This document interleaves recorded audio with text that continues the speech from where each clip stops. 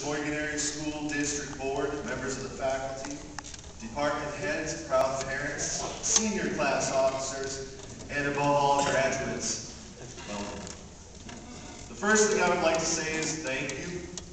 Not only have the senior class officers given me a great honor, but the weeks of anxiety and fear I've experienced the thought of giving this address have given me a new appreciation for my attention deficit disorders.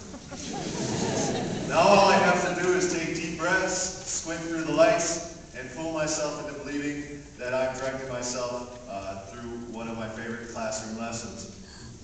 To begin, I'd like to ask each of you to think about the things you have in common with the person sitting next to you. Perhaps you were in elementary school together. Maybe the crush you had in 8th grade is sitting somewhere behind you. Next, think about someone from history that you admire.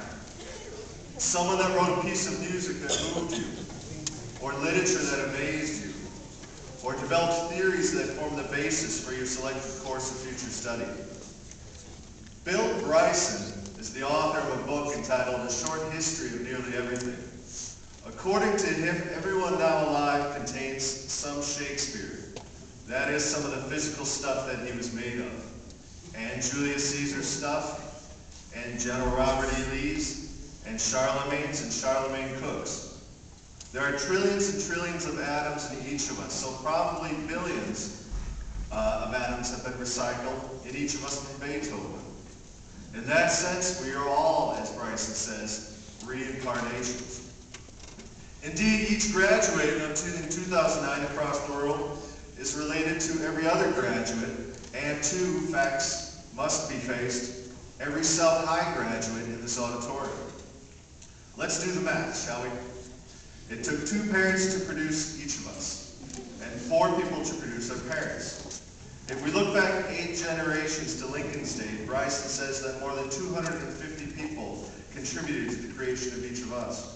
Look back to Shakespeare's day, and we are directly descended from 16,384 ancestors.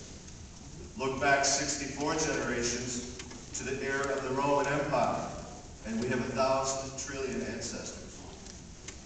In Hamlet, the character Polonius gives his son this parting advice: "To thine own self be true." And what he means is, don't be a phony.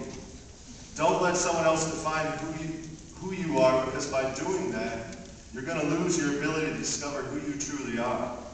So absorb the facts you heard a moment ago. Think for a moment about those 1,000 trillion ancestors who got you to where you are tonight, sitting in that seat. Don't let them down. They're counting on you to do the right thing for the right reasons. So make them proud. Next, I have a confession to make. I hated high school. I really did not like high school. Really. To me, it was like prison. Bell soldier when the doors unlocked. Lunch came out in plastic trays with little compartments, just like in the movies. Guards on patrols, we had blocks instead of walls. My public high school in Clearwater, Florida had no windows. The principal made a rule that gentlemen must wear pants. And so the only time shorts were allowed was gym class in Florida. They closed off the parking lots with drop gates so you couldn't drive out during school hours. We had six assistant deans who patrolled the hallways all throughout the school day, or took turns riding around outside on golf carts. To sneak around required planning, to sneak out required planning and strategy. A lot of timing and luck. It usually involved going through heavily wooded areas, dodging spiders the size of your hand, while keeping an eye out for rattlesnakes. And it's kind of exciting now that I think about it. The only bright spots looking back, though, were those few teachers who struck a chord inside of me and made me think about things in new and colorful ways. My senior class's graduation ceremony was held at the Bayfront Arena in St. Petersburg, which was over 45 minutes away from my house. And we would be the first of 5 other high schools that day who would be using the arena. We were to report at 7 a.m., and I chose to sleep in. I swore that I would never go back to high school again, and how wrong I was. I spent 2 fun years at the University of Georgia. I played in bands and saw stacks of great shows in small clubs by interesting and great bands. Some went on to be common names. like REM and the Red Hot Chili Peppers, but I wasn't mature enough to handle being out on my own. I think the moment I finally realized I was doing the wrong thing was when I signed up for a class that only met once a week, and then realized I'd messed up the start date and missed the whole first month. About that time, I discovered an author by the name of Joseph Campbell, and one of the things he taught me changed my life. 3 little words: follow your bliss.